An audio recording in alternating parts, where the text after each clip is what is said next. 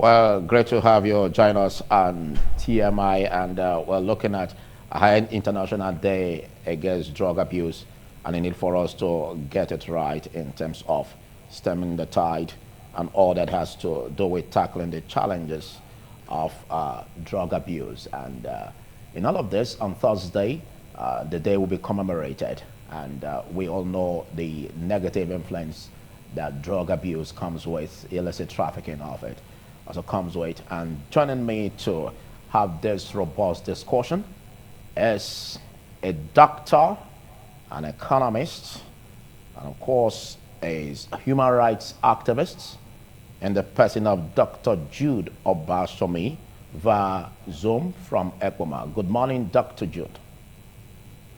Good morning, Philip, and good morning, all viewers. It's a pleasure to be with you this morning. All right. Also joining via Zoom is a medical practitioner and a consultant psychiatrist, Dr. Bright Oniovio Coker. Good morning, Bright. Good morning, Philip. Good morning, viewers. Thank you. All right. Let's quickly start with you, Dr. Jude Obashomi. We'll look at the need to commemorate the day, which is on Thursday, but ahead of it, we're looking at what this really represents, the issue surrounding drug abuse and, of course, the narrative as we have it in Nigeria today. What do you see as the journey so far, in tackling the use of drugs wrongly in the Nigerian narrative? Philip, I think before I go ahead to answer, it would be good for our viewers, to actually understand what is meant by drug. Using the layman understanding, drug is more or less any substance other than food that an individual decides to take, maybe because of pain or maybe because of to relieve any kind of disease situation. That is a drug. And when I talk about the drug abuse, a different component too. When I have the drug and the abuse, it means more or less, an habitual consumption of a particular substance, which has a health implication on that individual consuming it.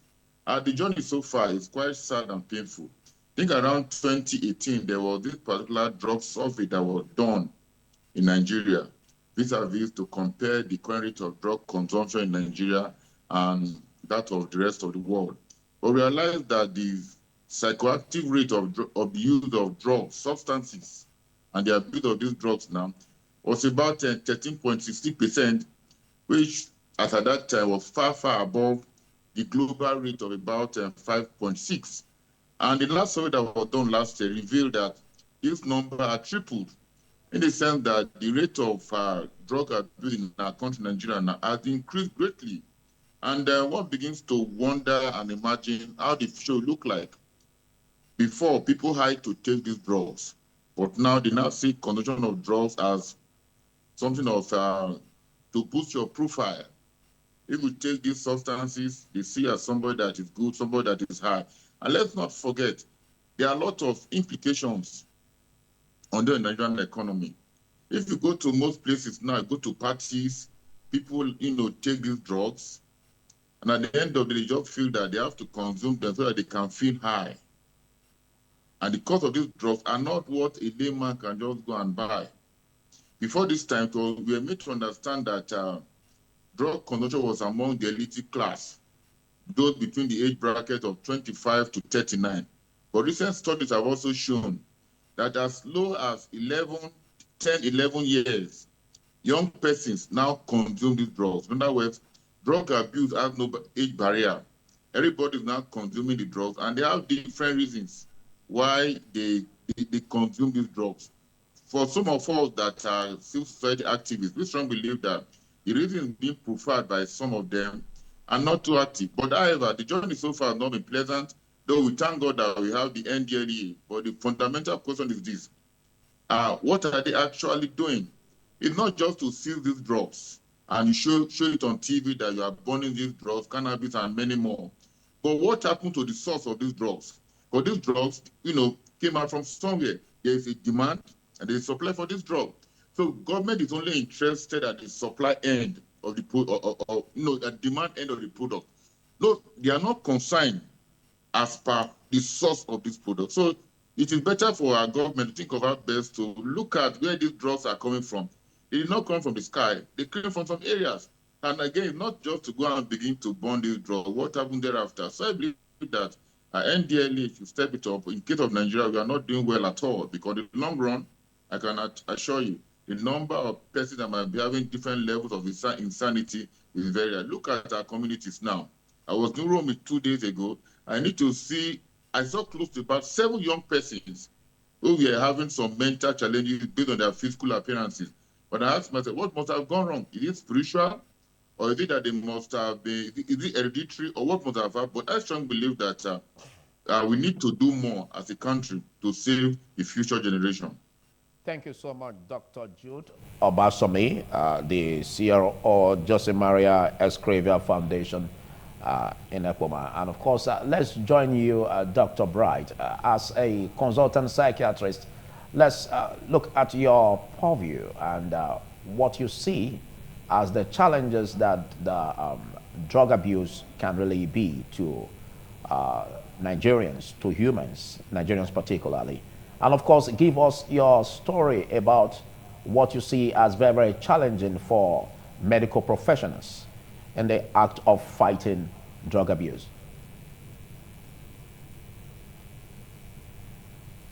Okay, thank you very much, Philip. First, maybe for only this program, we will use that consultant psychiatrist. I'm actually a medical doctor, not a consultant psychiatrist. However, Dr. Judas said a lot about drug abuse, but I also want to quickly add that if we use the term drug abuse alone, it kind of narrows the scope. So hence the term substance abuse has actually been adopted to be used, because one of the common substance that people use that kind of affects, or rather give them kind of a effect on their brain, is alcohol. And ordinarily, nobody would want to call alcohol a drug. Rather, it would be substance. And of course, we know, based on the street names of so many of these substances, you see that many of them do not actually qualify to be called drug. For Nigerians, it has actually posed a very big challenge for us, especially for the young people, and many of them, because of peer pressure, they want to be high, they want to do some things that they are not doing. So many of them get involved in some of these substance abuse. And of course, because of the influence it has had on them, you see many of them done a whole lot of damages to the society. I was also expecting Dr. Ju to talk about the economic effect of it. Maybe we'll talk more about it later. So many losses. When you go around the street, you see some young people, and I begin to ask the question, these were once giving birth to, and their parents rejoiced, but nobody knew that they were going to come into this line of their life. So it has really posed a very big challenge for Nigerians, especially because when I'm just looking, I begin to wonder what does the future actually hold when we go to some places, some lounge, some hotels, some bars. You see that our young people are involved in all these things. And amazingly, these substances are not cheap. They are not cheap. So getting access to them is another challenging thing. And because of the craving effect that will come for those who are already addicted to it, you see people getting involved in all manner of activities just to get access, to be able to afford these substance for that few minutes of highness that they would have, is also a very big challenge for us, even as a medical practitioner, because for those who are into psychiatry, their numbers are few and they don't even have enough facility or manpower to handle the cases that we have. And let's also forget that even in as much as we have access to some record, there are still so many of them that we don't have access to. So we just need to kind of see to how we can support families to do that. Recently, there was a case of a young man who was just going around. If you go to a place like if you go to a place like a Kenwa Road in Benin City, there is one area there. You see many of them at night. They are having one substance or the other. And this substance, they have their street names that unless you kind of decode those street names, you don't actually know the actual substance that is there. They were involved in stealing. What is he stealing for? Just to satisfy that crave. But fortunately, the parents were able to kind of get hold of him, took him to the psychiatric hospital, and the last report I got from them is actually doing well, but there are still many persons around who this substance abuse has actually destroyed their brain. And it's apart from even the economic challenges, if you see the aesthetic look, when you go around the town, see people walking naked in some form of situation, you just kind of wonder what is happening. I know the government is trying to do some things with respect to that, but they've not gotten to that point yet. Thank you. Right. Thank you so much, Dr. Bright. Let's move to Dr. Jude, if you can hear me, Dr. Jude. Okay, Dr. Jude, the thing is, this majority of those youth or majority of those drugs abusers, they know that this thing has effects, they're taking it probably because of, according to Dr. Bright, probably because of peer pressure and the rest of them. They took it the first time and they like the vibe that they got or stuff like that, And, these people, they know that taking those drugs, it's affecting some parts of their body.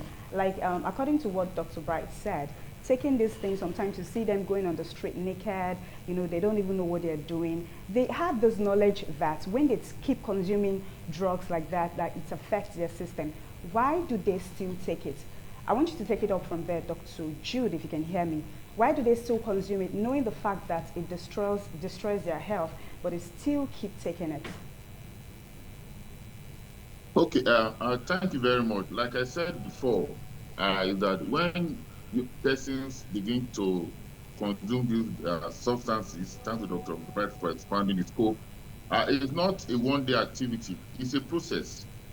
Consistent taking of these drugs, now substances, now make it to be like something that is normal. Just for example, you go for exercise every morning. For the Okay. first few days, you might be having some issues going for exercises. But after a time, your system becomes adjusted to it that if you wake up in the morning, say by 5 o'clock, and normally do exercise and don't come out, your system, there will be a consciousness within you that you have not done it. So in the case of substance abuse, that is how it starts from. It's a gradual process, and when it is consistent, the effect begins to emanate. And again, too, now, most persons initially may not know the long-term effect of consuming these drugs. For example, they might attend a party, or maybe a friend can just say, man, let us take this up. If you take it, you'll be agile, you'll be able to read at night, you'll be able to walk for a longer distance, you'll be able to interact with the opposite sex, and many more. And based on that premise, you are now convinced to say, fine, let me just take it this once. At least I want to do this activity. And thereafter, it now becomes a routine. Subsequently, when you are now doing similar activities, you are tempted or you are lured into technical. The last time you took it, you were able to do certain activity which you felt was beneficial. But the long run consequences are much. And despite the fact that people, young persons particularly, see the effect on the street, but they always tell themselves, don't worry, I'll be able to manage it. I'll be able to take care of it. By the time I now take it for a week or two, or for 1 month, or for 1 year, I will stop. You see, the substance works in such a way that Once you are too used to it, it will be very difficult. That is why we always love and consult psychiatrists and want to counselors, so to say, to help us, because these challenges, even in schools, some persons in schools, take these drugs, substances for some reasons. And later they are told that, sorry, if you now take it more, it will help you. Let us not forget that the cost of these drugs, like what Dr. Bright said, is very high. And that's why our NGO in ECOMA, to mark the World Day on Drugs, we'll be having a lecture titled High Cost of Getting High, Substance Abuse in Focus. These drugs are not easy to combat. You see, the guest lecturer, Dr. Ifedi from ISTH, might be talking about those issues. But the question is, are people not aware?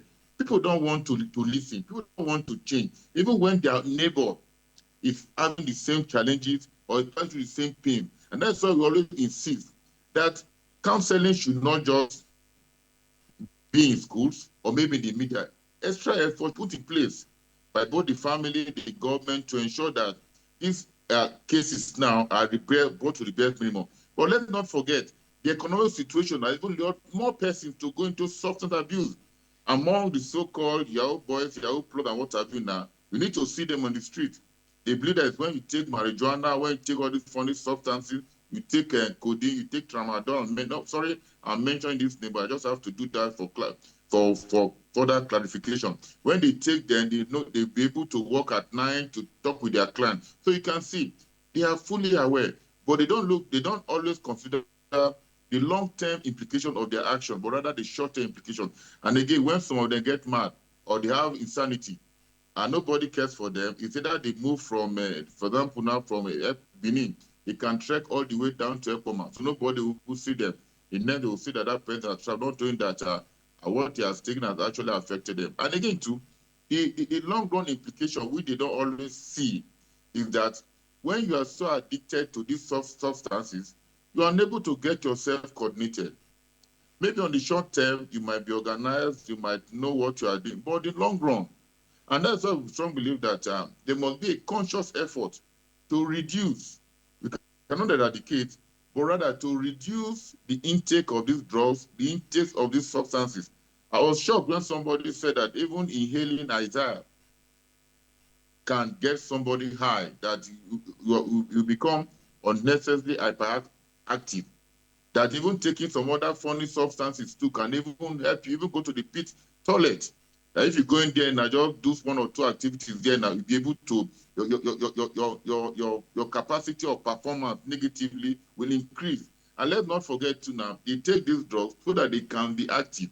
Not until we begin to talk about building self-esteem amongst young persons, we might be having challenges. Current statistics also show that it's not only among the youths. The last survey done by an agency of government said people living up to the age of 65 years, 70 years, take these drugs. And again, it cannot be unconnected to addiction. You start at a very early age, and if you are not corrected, you see it as part of your life. On the long run, the cost is very high, but people are benefiting from it. That's my greatest concern. You see a pharmacy shop or a chemist shop, whatever they want to ascribe to it, selling this substance freely.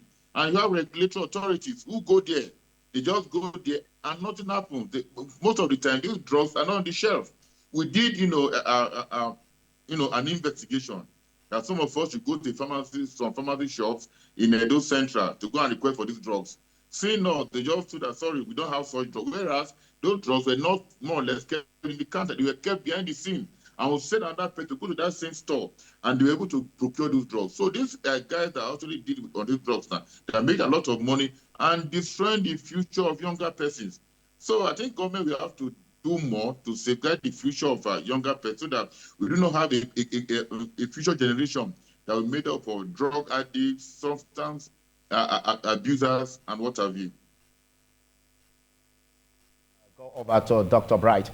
Same way, let's look at your medical approach to this, and by identifying the psychological traits or conditions that may make some individuals to be more vulnerable to peer pressure as regards the use of drugs wrongly.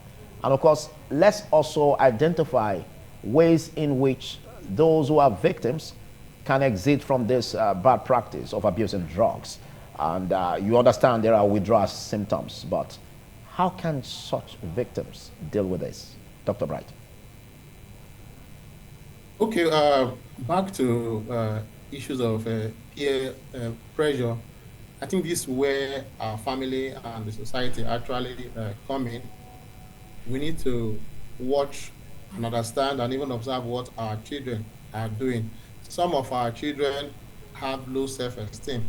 We need to encourage them because if they have high self-esteem, they will be the one influencing their peers rather than the other way. So we need to, as parents, as families, we need to pay attention to what our children are doing and also see how best we can encourage them to be able to be assertive, know what they want, and not allow peer influence to uh, attack them. Then, for us as medical practitioners, we'll do more of counseling.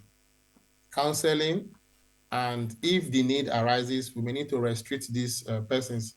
Withdrawal symptoms may come, agreed, yes, withdrawal symptoms does not kill. Withdrawal symptoms does not kill, but it's because of that crave that some of these persons may feel, oh, if they don't take it now, they are going to die or thereabout, you know. The effect is so much high on them, but if you are able to restrict them from it, over time, they will be able to overcome that withdrawal symptom. Yes, sometimes after that, some people may have a relapse, but that's where families need to actually come in. Like the case I was talking about, the child was restricted for some time. Yes, he was getting food, he was getting everything he needs. When he even went to the psychiatric hospital and saw the way some of those persons there were behaving, he was scared because it's also good that our young people get to see the true picture of what it is. I know that in Nigeria, we have this, it is not my portion syndrome. Somebody did this up to 90 years, but up to this moment, he didn't do anything. People will tell you, oh, this man stayed up to 100 years. He was always taking marijuana and stuff like that. But genetic makeup for every one of us, it's not the same. And some of us are prone to challenges. And I should also quickly state here is that when we talk about substance abuse, what most of us always look at is somebody who is mentally deranged, walking naked, looking dirty, and stuff like that, which we fall into mental disorder. But however, we should know that there are some things that this substance would also cause that would not take the abuser to the street, or rather the user to the street. He may have lung disease. That will not take the person to the street. Of course, that will make the person to spend so much more money in trying to take care of his health. Especially those who inject drugs, sharing needles and stuff like that, they could have hepatitis B and hepatitis C, which has this acute effect, and of course, it's also a long-term effect. These people also who also abuse substance, like I said earlier, they can do anything to get money. So if they share needle, they could pick up HIV. If they indulge in risky sexual behavior, they could pick up HIV and eventually have AIDS. Some of them can come up with cancer.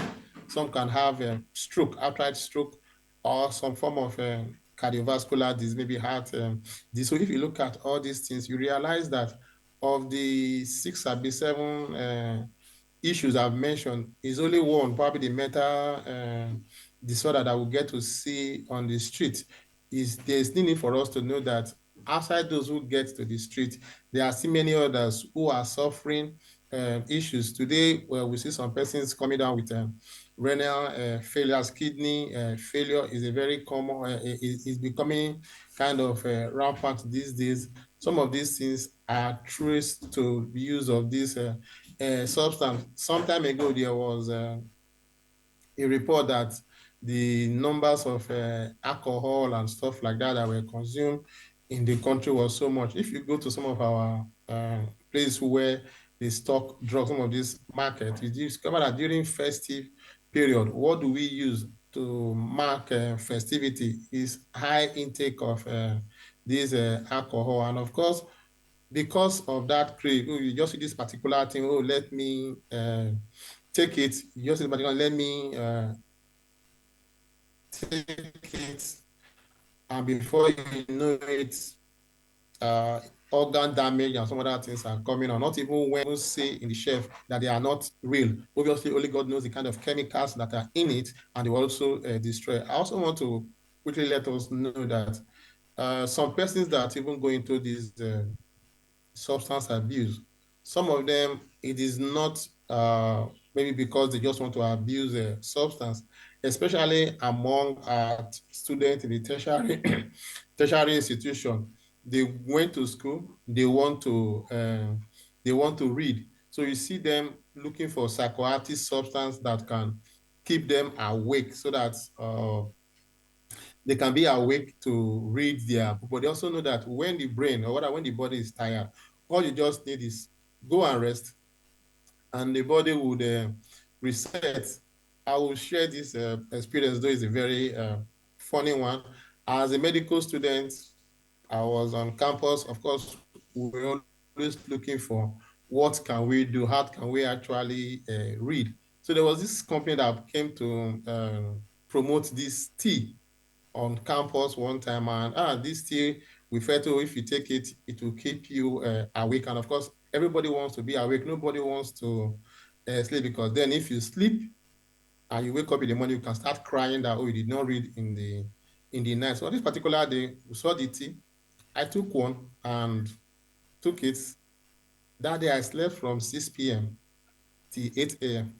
It was very, very funny. So what I want to say here is that sometimes some of our students get involved in this substance just because their peers are telling them that this thing is good, this thing will help you, this thing will make you to be alert and stuff like that. And I also want to quickly add here, one very common reason people are getting involved in substance abuse these days, especially the elderly ones. This one are not just even the youth now.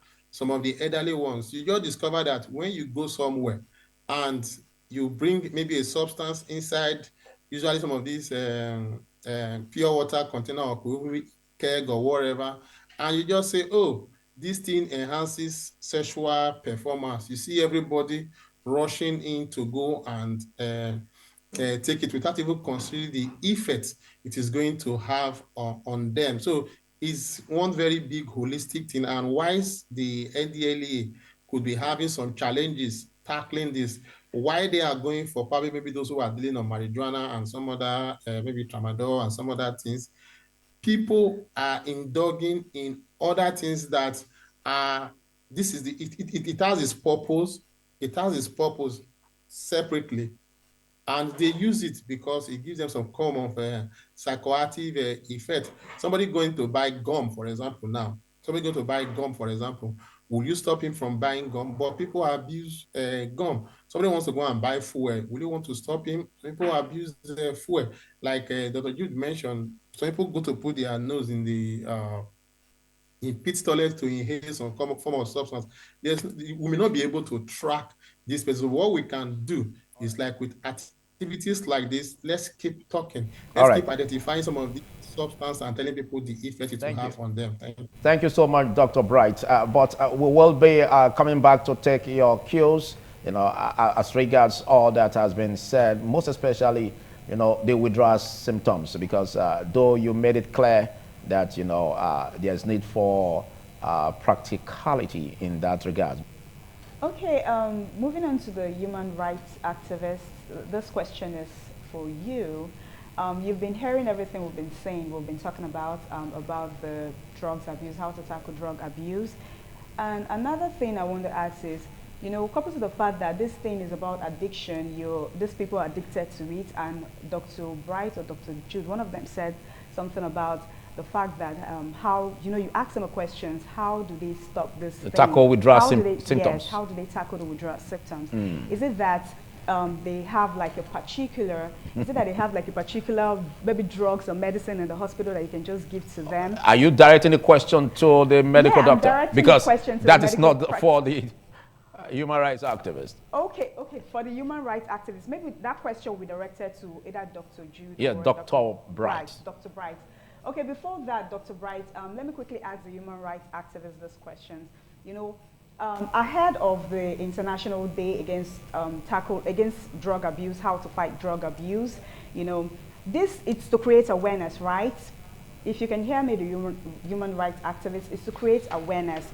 So these drug abusers would know that there is a particular damage it's caused to their health, it's caused to their system. Of course, health is wealth. You need to take care of yourself. They know that this thing, even in cigarettes, you see they write that smokers are liable to die young. You're seeing this thing there, and you still smoke, you still take this thing. You know, this particular day, International Day against tackling of drug abuse, it's to create awareness, like I said earlier. These people are seeing it. You're watching it, you know about this thing, you know that if you should take this thing, it's going to affect you. And a lot of them are still taking it, you know, based on the fact that they've been taking it for a very long time and they're addicted to it. So our human rights activists, I want to get your opinion about this particular discussion we've been having. What do you think about it? What is your take on it? Thank you very much. Like I said, withdrawal symptoms will not, or withdrawal syndrome will not kill. But first, let's also understand that it varies from one person to another, depending on the extent of addiction of a particular substance. So straight ahead, either we deprive the person of that substance for a period of time, and gradually the effect would wane off, or we can use substitution. You know, there could be some other things that the person that can be given to the person. It may give like an appearance of that feeling, but it will not have that effect on that person. And over time, that person would be off it. In some cases, yes, maybe some who are very, very aggressive or whatever, they can be sedated over time. Because when to be candid, when the withdrawal symptom are actually manifesting, for some persons, they can turn aggressive, they can do anything. But like I've said, it depends on the extent or the kind of drug that the person is taking. Like you're talking about smoking, for example. Now, the agent there is more of nicotine, you know. Instead of that, smoking could have the nicotine pouch. And for some cases, probably the person is at a particular dose of that substance. We can be reducing it gradually over time, because it's not just a one day, thing. You can be reducing it gradually, maybe from 100 to 80 to 70, gradually until you get to that zero level. And these things don't just go on its own. Singly, you must also have constant psychotherapy. You know, the person must be exposed to counseling, classes of session over time. And for some cases, they could be in a support group that would maybe they will be encouraging themselves. At least this person was using this substance, so they share success stories, and it kind of gradually help. You know, because behavioral change is also very key in handling this issue. Because to be candid, when you see some persons exhibiting the withdrawal symptom, you may think maybe they want to die, but like I said before, they would not die. And I also quickly chip in. We're talking about people know the effects. Why do they still get into it? We must look at the concept of immediate gratification. Immediate gratification. You could hear some persons will say those days, though it's not common, and probably maybe the environment where I'm dealing with, they'll say drink or booze and forget your sorrow.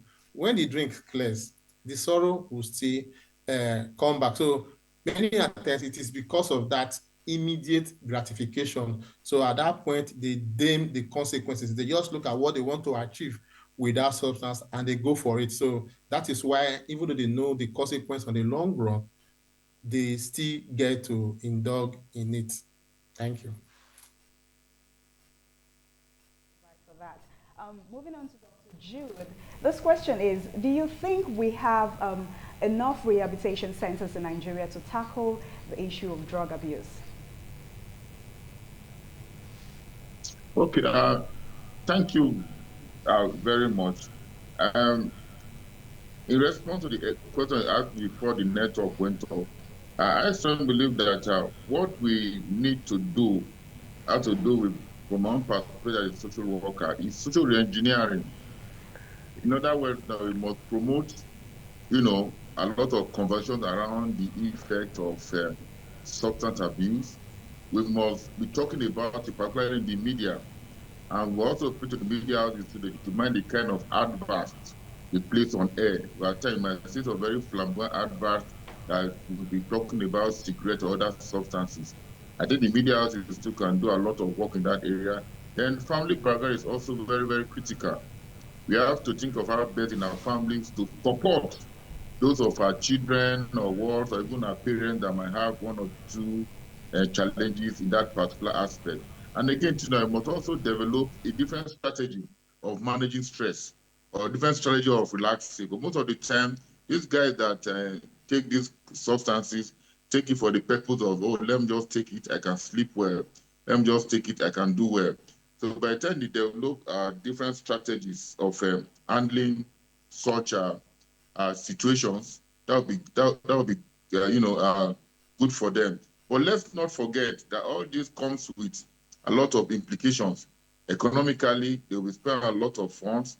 If government can put in place a mechanism either to increase the price of all these substances, and even if that is done, people that are addicted to will still consume. What we need to do is for us to now track the source of these substances. NDLEA should be seen to be working to be able to get to the source of these substances. And, if it's to confiscate or prosecute whoever is involved in substance abuse, it's all over the town. Come to my community in Ekoma. You see them, the way they hawk these drugs, particularly through these dispatch riders. It's interesting. You see dispatch rider, what the guy is dispatching is more or less, drugs to other persons. So they have to do that. And this brings in the issue of the security agencies, particularly the police. Because most of the time they conduct their stop and search activity. The question is, what do they stop to search? And when they discover anything, what happens thereafter? So by the time all the relevant agencies of government, do the needful, I think gradually we're having a society that is, that is free for people to live in effectively. And in terms of whether we have enough psychiatric facility or rehabilitation center, I still believe that the number we have is not sufficient. But there's a way out. We can either have integrated centers. What are integrated centers? Those will be centers where you go into, like during the era when HIV was more or less, in vogue there. There were centers that were called friendly centers, so that you can now go there and whatever challenge you have, if it's on HIV, somebody will be there to attend to you. If it's on other aspects of human existence that has to do with your health, people will be there to attend to you. You cannot just wait for just the regular hospitals alone to do the task. And even in our schools, a lot of work can still be done. For example, now talking about establishing drug substance abuse clubs. Then all that was going on, we have these clubs in some of our schools. For example, in that local college where I went to. So when you have those clubs, gradually be talking about the effects of substance abuse. And again, let's not just discard all those that have become victims, because some of them, they may not know. It might have been one or two, maybe family relationship, or maybe because of their employment or what have you, that now made them to get themselves addicted. We should receive them as members of the community and think about best to correct them. So I still believe that we need to do a lot of work. That's why our own appeal as an NGO, trying to mark this international. Thank you, Dr. Jude. That we need to create more awareness. Yeah. Very, very critical. Thank you, Dr. Jude. You've been able to establish the next question, the response to the next question I wanted to ask you, because we need to establish if there are gaps between, policing and prevention, as regards the NDLEA, for instance, the law enforcement strategies that they deploy, if there are gaps, but you've been able to attempt a response in that, using one stone, like they say, to kill two birds. Your closing remarks on this. All right, thank you very much. My closing remark will just be very brief, that let's continue to work positively to have a society that will be free of substance abuse. Let's keep talking. Any opportunity we have, let's do the needful. And to appeal to government too, to also try to see how best they can identify and address some of those pull and push factors that normally make individuals to consume more drugs. And again, to now have lectures, like my foundation now permit me, hopefully for us to create awareness on this substance abuse. Mrs. Ifedeyi is a counseling psychiatrist from ISTH. Will be talking about this main issue about the high cost of getting high, understanding the effect of substance abuse. So let's keep talking.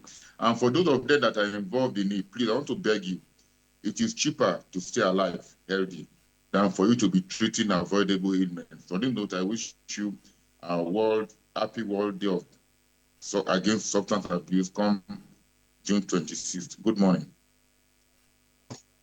Basomi, an economist, and we also look at what you are really preparing for on Thursday on the fight against substance abuse, and it has been themed as the high cost of getting high, understanding the risk of substance abuse. And we wish you a beautiful outing come 26th June 2025.